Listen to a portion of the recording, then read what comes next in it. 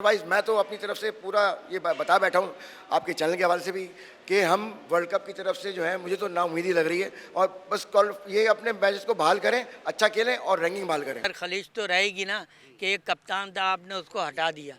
अब वो टीम खेलने जा रही है अभी वर्ल्ड कप। अब आप सोचें कि क्या स्पिरिट होगी इस टीम की।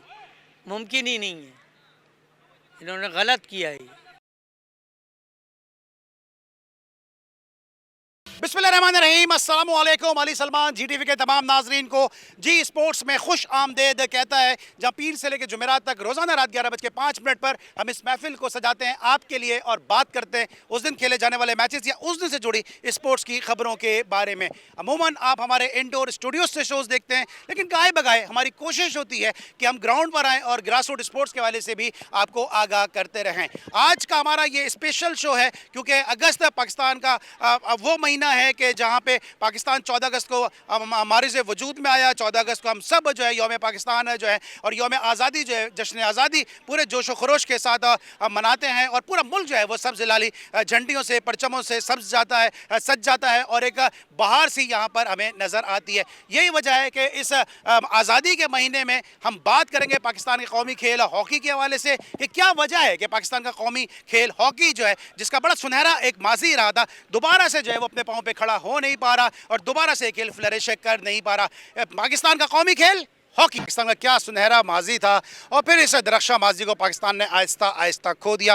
और आज हालात ये हैं कि पाकिस्तान विक्ट्री की तरफ सोचना तो दूर की बात है, शायद जहन में भी ये चीज़ नहीं आती है कि पाकिस्तान जो है वो हॉकी के मैदानों में दोबारा से पोडियम पे नज़र आएगा। इस वक्त मेरे साथ एक ऐसी ज़बरदस्त शख्सियत मौजूद हैं कि जिनके तस्करे के बगैर पाकिस्तान की हॉकी कभी भी मुकम्मल हो नहीं सकती। लेफ्टिन की पोजीशन को इन्होंने ऐसा उरूज बख्शा कि आज भी लोग इनके खेल को याद रखते हैं और इनकी और समीउल्लाह की जोड़ी को आज भी हॉकी के खेल में बहुत ज़्यादा मिस करते हैं। और जैसा कि आपके इल्म है कि इस वक्त अगस्त का महीना जारी है और पाकिस्तान का ये कौमी महीना भी कहा जा सकता है क्योंकि 14 अगस्त को हमने जो है पाकिस्तान हासिल किया था और हमारा प्यारा पाकिस्तान मौरिज़ वजूद में आया था। और इस अगस्त के महीने में ही हम बात करेंगे पाकिस्तान के कौमी खेल हॉकी के हवाले से कि क्या वजह है कि पाकिस्तान का हॉकी का खेल, जो पाकिस्तान का कौमी खेल है, वो पनपने में ही नहीं आ रहा। मेरे साथ मौजूद हैं जनाब अपने वक्त के ज़बरदस्त आलमी शहरत याफ्ता फॉरवर्ड, ज़बरदस्त लेफ्टिनेंट, पाकिस्तान के फॉर्मर कैप्टन और पाकिस्तान को हॉकी में मुख्तलिफ हैसियतों में इन्होंने सर्व किया। और सबसे बड़ी बात यह है कि इस वक्त भी आप देखें कि पूरी दोपहर और पूरी सपहर ये हॉकी के ग्राउंड में गुजारते हैं ताकि पाकिस्तान में जो है वो नया टैलेंट सामने लेकर आ सकें। ओलंपियन हनीफ खान साहब हमारे साथ मौजूद हैं, शो में हनीफ भाई को खुश आमदेद कहते हैं। अस्सलाम वालेकुम हनीफ भाई। वालेकुम सलाम। हनीफ भाई, 14 अगस्त के हवाले से सबसे पहले तो ये महीना है पाकिस्तान आलम में वजूद में आया, पाकिस्तान इस्लामी एक रियासत बन के उभरा और इस्लाम का किला पाकिस्तान को कहा जाता है। आपने पाकिस्तान का सब्ज़ लाली परचम को जो है वो रिप्रेजेंट किया है। बारहा आपकी कारकर्दगी से आलमी दुनिया में, पूरी दुनिया में जो है पाकिस्तान का सब्ज़ लाली परचम बुलंद हुआ है। इस महीने के हवाले से और 14 अगस्त के हवाले से क्या कहेंगे? देखिए, ये हमारी खुशकिस्मती है कि हम एक आज़ाद मुल्क में रहते हैं और ये हमें अल्लाह ताला ने तोहफे में दिया है। इसकी जितनी हम कदर कर सकें, ये हमारे लिए जो है ये खुशी की बात होगी कि हम इसकी कदर करें और इस मुल्क के लिए जान देने को तैयार रहें। जब ये मुल्क रहेगा तो हम रहेंगे, ये मुल्क नहीं होगा तो हम नहीं रह सकते। तो इसलिए इसकी हिफाजत करें और इसके लिए जितना भी जो कुछ कर सकते हैं आप करें।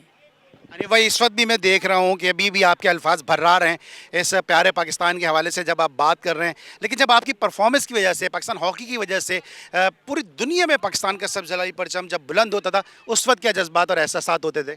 देखिए, वो तो हमारे लिए बहुत ऑनर की बात थी कि हम लोग जो है उस वक्त जीतते थे। और फिर सबसे बड़ी चीज़ ये है कि जब एक दुश्मन मुल्क इंडिया, हम 2 मरतबा उधर जो है एक वर्ल्ड कप जीते, एक एशियन गेम्स जीते, तो दोनों मरतबा जो है वो पाकिस्तान का फ्लैग जो है वो ऊपर गया और फिर हमारे मुल्क का तराना बजा। ये हमारे लिए सबसे बड़ी खुशी की बात थी और ये हमारे लिए एक ऑनर था कि एक दुश्मन मुल्क में हमारे मुल्क का झंडा जो है वो बुलंद हो रहा है और तराना पाकिस्तान का बज रहा है। तो इससे बड़ी खुशी हमारे लिए कोई नहीं थी। अमेरिका जैसे दुनिया का नंबर 1 मुल्क, उधर हमारे मुल्क के 84 ओलंपिक में हमारा जो है वो फ्लैग जो है वो बुलंद हुआ और वहाँ पर भी हमारे जो है वो तराना बजाया गया। तो ये हमारे मुल्क की खुशकिस्मती और हमारी खुशकिस्मती है कि हम लोगों ने अपने मुल्क का नाम रोशन किया और आज लोग अच्छे नाम से पाकिस्तान को पहचानते हैं और हॉकी को पहचानते हैं। हनीफ भाई, जिस तरह से आपने फतूहात हासिल किए, पाकिस्तान हॉकी टीम का एक ग्लोरी रही है, पाकिस्तान की टीम ने फतूहात का एक सिलसिला शुरू किया था कि आज भी मैं पूरी उम्मीद करता हूं कि एक तरफ आप खड़े हों और एक तरफ पाकिस्तान के मौजूदा हॉकी टीम के कैप्टन खड़े हों तो लोग आपको पहचानेंगे, शायद उनको ना पहचान सकें। ये खेल डिक्लाइनिंग फेज पे आया कब? देखिए, ये तो हमारी अपनी गलती है जो हमने ये ख़राबी पैदा की है। अगर ये बच्चों पे पैसे लगाते, हमारे मुल्क में टैलेंट की कमी नहीं है, बहुत टैलेंट है। छोटे छोटे इलाकों से पहले भी खिलाड़ी आते थे, आज भी आते हैं। तो अगर इन पे ख़र्चा करते तो आज जो है पाकिस्तान ये फुकदान नहीं होता कि आज आपको जो है 30 लड़कों पे जो है पूरे पाकिस्तान की हॉकी हो रही है। तो डोमेस्टिक स्ट्रक्चर का जो सत्यानाश लगाया है ये हमारे जो करता धरता थे पाकिस्तान हॉकी फेडरेशन में, उनकी वजह से जो है हमारी हॉकी जो है ना वो डिक्लाइन पे गई है। अगर वो पैसा ये इस पे लगाते रहते और ये पैसे ना खाते तो आज ये पाकिस्तान का हाल नहीं होता जो आज पाकिस्तान का जो है प्रो लीग में जो है हम 72-73 गोल खा के आ रहे हैं। तो ये हालात हमारे साथ ना होते और आज अगर अभी भी वक्त है, अगर इन्होंने डोमेस्टिक स्ट्रक्चर को मजबूत कर दिया तो मैं समझता हूँ कि पाकिस्तान की हॉकी दोबारा ज़िंदा हो सकती है, लेकिन थोड़ा टाइम लगेगा। लेकिन सिंसियर होना पड़ेगा और डोमेस्टिक स्ट्रक्चर को इनको मजबूत करना पड़ेगा। अरे भाई, आप भी हॉकी के ग्राउंड में हमें खड़े हुए नज़र आते हैं। इसके अलावा जो वानी साहब हैं वो भी हॉकी के हवाले से बहुत ज़्यादा बात कर रहे हैं और डार अकेडमी भी अपना किरदार अदा कर रही है। सब लोग अपने अपने तो रोल तो प्ले कर रहे हैं, लेकिन क्या वजह है कि हॉकी दोबारा जो है वो अपने पाँव पे खड़ी होती नज़र नहीं आ रही? देखिए, हम जो है ना एक तो लकीर के फ़कीर हैं। सारी बात ये है कि आप ये सोचें कि गोरा कोच किसने रिकमेंड किया? वानी साहब ये तो बता दें हमें कि किसने रिकमेंड किए हैं इनको, कौन सा इन्होंने अपने जिधर कोचिंग की हो उनको गोल्ड मेडल दिलाया हो या कोई ऐसा किरदार अदा किया हो, तो हमें भी तो बताएं किसने इनको लाने के लिए रिकमेंड किया है पाकिस्तान में। लेकिन मेरे समझ के बाहर है। हमारे मुल्क में ख़ुद कोच अच्छे हैं, हमारे बड़े बड़े खिलाड़ी मौजूद हैं, लेकिन हमारे यहाँ मसला यह है कि हमारे यहाँ जो है सारी की सारी ये है कि एक दूसरे की टांग खींचने में लगे। तो अगर ये हमारे मुल्क के ही लोगों को हॉकी में लगाएं, इससे पहले जो हम गोल्ड मेडल लाते रहे, पूरी दुनिया के हमने इवेंट के गोल्ड मेडल लेके आए, तो ये पहले बताएं कि क्या फॉरेनर कोच था हमारे साथ? क्या यही लोकल लोग थे ना? सारी बात यह है कि आपने डोमेस्टिक स्ट्रक्चर को तबाह करके आपने टैलेंट जो है वो निकलना ख़त्म हो गया। अगर वो निकलेगा तो आज पाकिस्तान की हॉकी दोबारा ज़िंदा हो जाएगी और यही कोचेस लोकल जो हैं यही पाकिस्तान को जो है गोल्ड मेडल दिलवा देंगे। लेकिन नहीं भाई, लोग अब इस पर अगर काउंटर आर्गूमेंट करें तो ये भी है कि जो मॉडर्न टेक्निक है इससे पाकिस्तान के जो कोचेज़ हैं वो ना बलद हैं, ये उसका दुरुस्त तरीके से इस्तेमाल नहीं कर सकते। और यही वजह है कि हमने देखा जापान के ख़िलाफ़ हमने 12 खिलाड़ी खिला दिए, अभी हमने देखा 5 साइड के अंदर हमने 6 खिलाड़ी खिला दिए। तो ये जो गलतियाँ कर रहे हैं पाकिस्तान के कोचेज़, आप नहीं समझते कि ये राह हमवार कर रहे हैं फ़ॉरेन कोचेज़ के आने की? नहीं, ये इससे कोई फ़र्क नहीं पड़ता। ये तो गलतियां हो जाती हैं एडमिनिस्ट्रेशन से कि एक आध लड़का अंदर चला गया, ये गलती तो है, एडमिट करना चाहिए। लेकिन इससे कोई कोचेस का ताल्लुक़ नहीं है कि फॉरेनर कोच को बुला लें तो क्या उनसे गलतियां नहीं होती? वो इंसान नहीं है, उनसे भी गलतियां होती हैं। लेकिन इस चीज़ का कोई आड़ नहीं है कि इसकी वजह से जो है गोरे कोच को बुलाया गया। मुझे तो ये बताएं कि रिकमेंड किसने किया इनको बुलाने के लिए? कौन है? वानी साहब को इतनी हॉकी की समझ है जो वो बुला सकते हो? लेजेंडरी हनीफ खान साहब हमारे साथ अब मौजूद हैं, लेकिन इस वक्त हम लेंगे ब्रेक और जब ब्रेक के बाद वापस आएंगे तो मजीद सवालात करेंगे लेजेंडरी हनीफ खान साहब से। मिलते हैं एक छोटे से ब्रेक के बाद। Welcome back after the break. Hanif Khan साहब हमारे साथ मौजूद हैं। जी हनीफ भाई, बताइएगा, जब ताहिर जमान आते हैं तो फिर जो ख्वाजा जुनैद जो हैं उनका नंबर लग जाता है, फिर ताहिर जमान आ जाते हैं, फिर शहबाज की कभी बारी आ जाती है। लोग ये कहते हैं कि पाकिस्तान की हॉकी को, पाकिस्तान के जितना हॉकी इंटरनेशनल और हॉकी ओलंपियन ने ख़राब किया है, इतना किसी और ने डैमेज नहीं किया है। अब देखें ना, आपने जो बात की ना लेग पुलिंग की, ये है सारी चीज़ कि कोई एक दूसरे को अपने से बेहतर समझता ही नहीं है। तो इसी वजह से ये हॉकी का हाल हुआ है। अगर यही हॉकी अगर आपस में मिल के ओलंपिक इंटरनेशनल अगर ग्राउंडों पे जाएं और आपस में मिलजुल के रहें तो यकीनी तौर से ये पाकिस्तान की हॉकी बेहतर हो सकती है। देखिए अनिल भाई, जिस तरह अब आपका एक ऑरा है, एक आपका एक कैरिज्मेटिक पर्सनैलिटी है, हसन सरदार साहब हैं, अभी आपकी दौर के शहनाज शेख साहब भी हैं, सलाउद्दीन साहब भी हैं, समीउल्लाह साहब भी हैं, क्या ये सब मिल के जो ये बात की आपकी जो जनरेशन है जिसमें आसिफ बाजवा हैं, कमर इब्राहिम हैं, ताहिर जमान हैं, शहबाज हैं, क्या आप सब लोग एक टेबल पर नहीं बैठ सकते कि पाकिस्तान का खेल रिवाइव तो हो किसी तरह? बिल्कुल बैठ सकते हैं, इनको बैठना चाहिए। लेकिन हमारी बदकिस्मती ये है कि हमारे खून में ऐसी चीज़ पैदा हो गई है कि एक दूसरे को हम पसंद ही नहीं करते। हर आदमी अपनी अपनी अपने चक्करों में बैठा है कि मुझे किसी तरह कोई कुर्सी मिल जाए, मैं बैठ जाऊँ, वो खड़ा रहे। तो इस चक्करों की कंपटीशन की वजह से जो है ये हॉकी जो है हमारी डिक्लाइन पे गई है। अगर यही आपस में प्यार मोहब्बत के साथ रहें और एक दूसरे के लिए बेहतर हॉकी की बेहतरी के लिए एक दूसरे का साथ दें तो मैं समझता हूँ हॉकी ज़रूर प्रमोट होगी। अच्छा, इसमें हॉकी में इस तरह हम क्रिकेट में देखते हैं कि कराची लाहौर की राइवलरी है, क्या आप समझते हैं ये भी कोई इस किस्म की राइवलरी इसने हॉकी को तबाह बर्बाद किया है? बिल्कुल किया है, बिल्कुल किया है। जो आता है वो अपनी एकेडमी के बच्चे लेना शुरू कर देता है, कराची के बच्चों के साथ ज़्यादती होने लगती है। कराची का कोई आएगा वो पंजाब के लड़कों के साथ ज़्यादती करता है। भाई जो अच्छा है वो अच्छा है। पहले भी तो पाकिस्तान की टीम थी, पहले तो ऐसा कोई निज़ाम नहीं था कि कराची का बच्चा ना लो, पेशावर का ना लो, बलूचिस्तान का ना लो या पंजाब का ना लो। जो डिज़र्व करता था वो टीम में होता था। हमेशा से यही था कि कंपटीशन इसी वजह से ज़्यादा था। आज जो कंपटीशन इसी वजह से नहीं है, क्योंकि हर बच्चे को पता है कि हमारे साथ ज़्यादती होती है तो हम क्या करेंगे, छोड़े ऐसी तफरी करते हैं। अच्छा अनिल भाई, ज़्यादती होती क्यों? क्योंकि मुझे याद है कि शैला रज़ा साहिबा ने भी ये शिकवा किया कि कराची हॉकी एसोसिएशन और चीफ मिनिस्टर ऑफ सिंध जो सबसे ज़्यादा ग्रांट देते हैं पाकिस्तान हॉकी फेडरेशन को, उसके बावजूद भी कराची के लड़के के साथ ज़्यादती क्यों होती है? क्योंकि पोटेंशियल और टैलेंट वाइज भी कराची का लड़का किसी से कम तो नहीं है। वो तो है, हमारे पास काफ़ी लड़के अभी इससे पहले टीम में थे, जूनियर में भी थे, सीनियर में भी थे। हैदर हुसैन हटा, उनको कैंप तक में भी नहीं बुलाया और ना टीम में लेना तो दूर है, कैंप में नहीं बुलाया। तो ये ज़ाती है ना भाई, जो डिज़र्व करता है, कोई भी ज़बान का बच्चा हो, कहीं का भी हो, जो डिज़र्व करे उसको आप टीम में लें, चाहे कोई भी हो, चाहे वो गैर मुस्लिम हो, मुस्लिम हो, पंजाबी हो, पठान हो, सिंधी हो, बलोची हो, कोई भी हो, सब पाकिस्तानी है, सबका हक है। आप वो डिज़र्व करते हैं, आप उनको टीम में लें। लेकिन ये किस तरह आप देख रहे हैं कि अजलान शाह टीम जारी थी, हमने खुद भी कवर किया कि एक कैंप लगा था हॉकी क्लब ऑफ पाकिस्तान में और एक कैंप लगा हुआ था लाहौर में, तो ये एक ही टूर्नामेंट के लिए दो मुख्तलिफ कैंप्स लगे हुए थे। इसी वजह से तो टीम हॉकी बर्बाद हो रही है कि हर आदमी चौधरी बना हुआ है, हर आदमी अपने आप को देख रहा है, दुनिया हॉकी को नहीं देख रहा है। बस मैं रहूं, कोई रहे या ना रहे। अच्छा, ये अब जो कोरिया की टीम आई और उससे पहले हमने देखा कि अभी जो प्रो लीग का मैच था उसमें अम्माद बट नहीं खेल सके, फिर हमने अचानक से पाकिस्तान के कप्तान को जो है वो बाहर कर दिया, अबू बकर को नया कप्तान लेकर आए। ये कप्तान की तब्दीली एक तो हुई क्यों कर और कितनी ज़रूरी थी?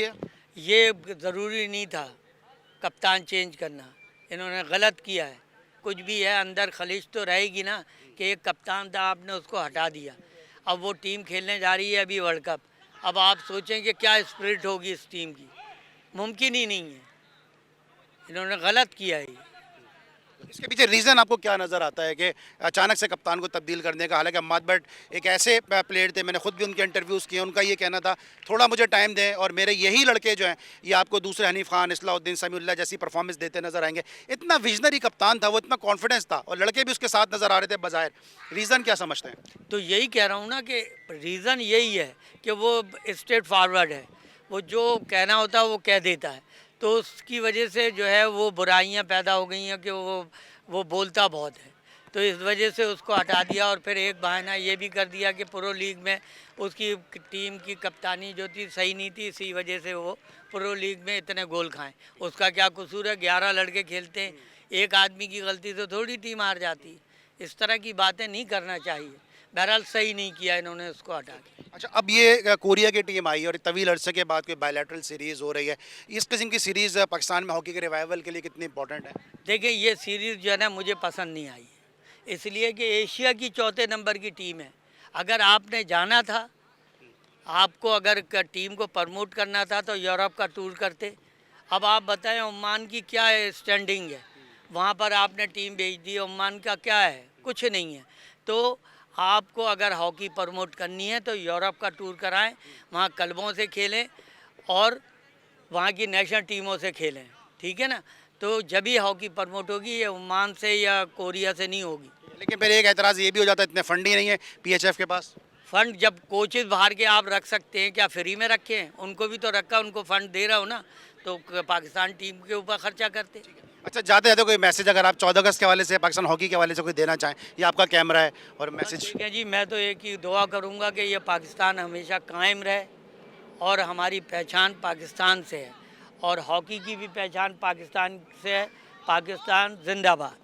Thank you so much. Legendary Hanif Khan साहब हमारे साथ मौजूद थे, जिनसे पाकिस्तान हॉकी के हवाले से बात कर रहे थे। 14 अगस्त चूँकि बड़ा एक ऐसा दिन है कि इस महीने पाकिस्तान जो है और इस दिन जो है पाकिस्तान मारिज़ वजूद में आया और ये ऐसे लेजेंड है कि जिन्होंने पाकिस्तान का सब जलाली परचम पूरी दुनिया में बुलंद किया अपने उम्दा खेल के ज़रिए। लेकिन जाहिर सी बात है, जब परफॉर्मेंस नहीं हो रही है तो जिस तरह हम सब जो है मायूस हैं इस खेल से, यकीनी तौर पर पाकिस्तान के लेजेंडरी प्लेयर हनीफ खान साहब को भी आपने मायूस देखा कि किस तरह पाकिस्तान हॉकी फेडरेशन जो है वो स्टेप्स नहीं ले रही है जिससे खेल दोबारा जो है वो फ्लरिश कर सके। इस वक्त हम लेंगे ब्रेक और जब ब्रेक के बाद वापस आएंगे तो मजीद आपसे गुफ्तगू करेंगे। मिलते हैं एक छोटे से ब्रेक के बाद। Welcome back after the break. और अब हम बात करेंगे पाकिस्तानी कौमी खेल हॉकी के हवाले से, क्योंकि इस वक्त अगस्त का महीना जारी है और 14 अगस्त को पाकिस्तान, जिस तरह हम बार बार बात कर रहे हैं, आलम वजूद में आया, मारिज़ वजूद में आया। लेकिन इस कौमी महीने में कौमी खेल हॉकी क्यों फ्लरिश नहीं कर रहा, ये जानेंगे पाकिस्तान के स्पीडी फॉरवर्ड वसीम फिरोज साहब से। वसीम भाई, बहुत कोशिशें हो रही हैं हॉकी के रिवाइवल के हवाले से, बहुत ज़्यादा बात की जा रही है, लेकिन ये कि हमारी डायरेक्शन गलत है, टैलेंट नहीं है, स्किल नहीं है, रीज़न क्या है? भाई वाली बहुत बहुत शुक्रिया कि आपने GTV के हवाले से मुझे जो है बात करने का कुछ मौका दिया। देखिए, हॉकी अभी आपको पता है कि ये गए थे, बेल्जियम गए थे और इंग्लैंड गए थे और सारे मैच वहाँ पे हार बैठे, ठीक है ना। अब ये क्योंकि नई टीम आई है, बिल्डअप हो रही है। अब बात यह है कि जो पीछे जो बर्बादा हुआ है, ठीक है ना, वो एकदम तो ठीक हो नहीं सकता।